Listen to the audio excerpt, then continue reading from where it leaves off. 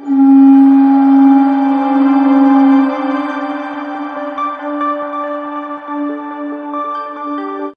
এটা পাৰ্টিত বিল গেটছক এজন যুৱকে প্ৰশ্ন কৰিছিল, মহাশয়, আপোনাৰ সফলতাৰ অন্যতম কাৰণনো কি? তেওঁ লগে লগে উত্তৰ দিছিল, ফোকাছ। স্বামী বিবেকানন্দই কৈছিল, মানুহ আৰু পশুৰ মাজত থকা প্ৰধান পাৰ্থক্যটো হ'ল একাগ্ৰতা। নমস্কাৰ, মই ডক্টৰ মৃদুল শইকীয়া। আজি মন্থনত মৰমৰ বন্ধু-বান্ধৱী আৰু ছাত্ৰ-ছাত্ৰীসকললৈ একাগ্ৰতাৰ সাধনাৰ বিষয়ে ক'বলৈ ওলাইছোঁ। একাগ্ৰতা লাভ কৰিবলৈ নিৰন্তৰ চেষ্টা, ধৈৰ্য আৰু অভ্যাসৰ প্ৰয়োজন। একাগ্ৰতা লাভ কৰিবলৈ হ'লে আমি প্ৰথম টেকনিকটোৰ কথা মনত ৰাখিব লাগিব।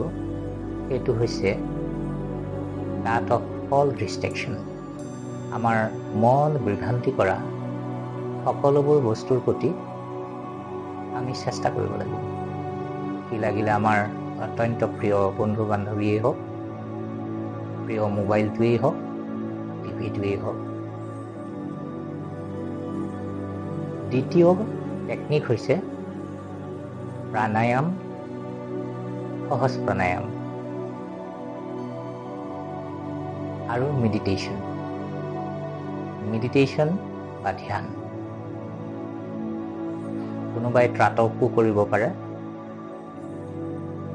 আৰু নিৰন্তৰ কোনোবা এটা অবজেক্ট লৈ পেলাই, কি লাগিলে ভগৱানেই হওক, দেৱ-দেৱীয়েই হওক, সূৰ্যই হওক, আকাশেই হওক বা পৰ্বতেই হওক, ধাৰণা কৰিব লাগিব। ক্ৰমান্বয়ে সেই অবজেক্টটোৰ ওপৰত মন নিক্ষেপ কৰাৰ পিছত সময়ত ধ্যান হ'ব পাৰে। এদিনীয়া প্ৰচেষ্টা নহয়। আমাৰ তৃতীয়টো টেকনিক হৈছে ৰিলেক্সেশ্যন অফ ব্ৰেইন। ইয়াৰ বাবে আমি কেতিয়াবা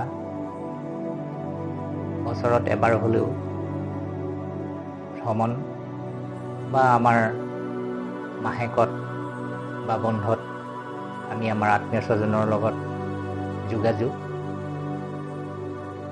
আৰু আনন্দদায়ক ঠাইত যদি আমি যাওঁ, আমাৰ মগজুৰ যথেষ্ট ৰেষ্ট হয় আৰু এই ৰেষ্টৰ ফলতে আমাৰ নিউৰোকেমিকেল চাৰ্জ হয়, যাৰ ফলত আমাৰ মন একাগ্ৰ হোৱাত যথেষ্ট সহায় হয়। আমাৰ চতুৰ্থটো টেকনিক হৈছে ছেটিং অফ এ প্ৰপাৰ গ'ল।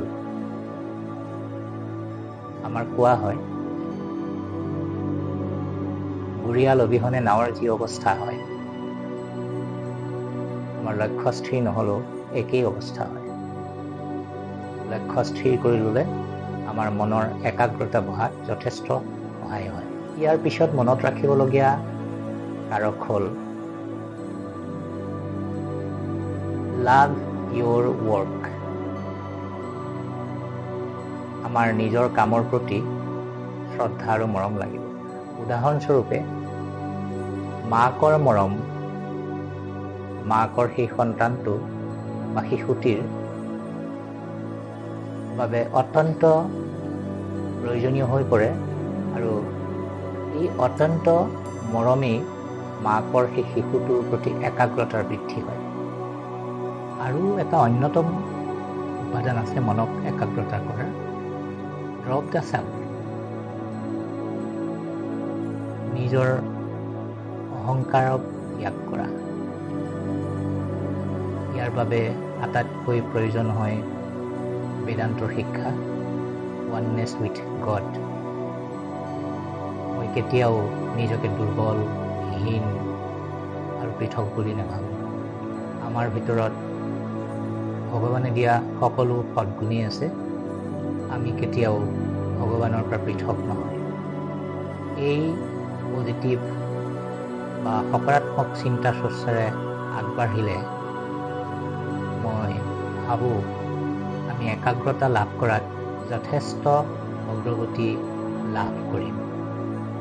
মৰমৰ বন্ধু বান্ধৱী আৰু ছাত্ৰ ছাত্ৰীসকল, এটা কথা সদায় লক্ষ্য ৰাখিব লাগিব যে একাগ্ৰতা অবিহনে আমি আমাৰ লক্ষ্যত উপনীত হ'বলৈ কেতিয়াও নোৱাৰিম।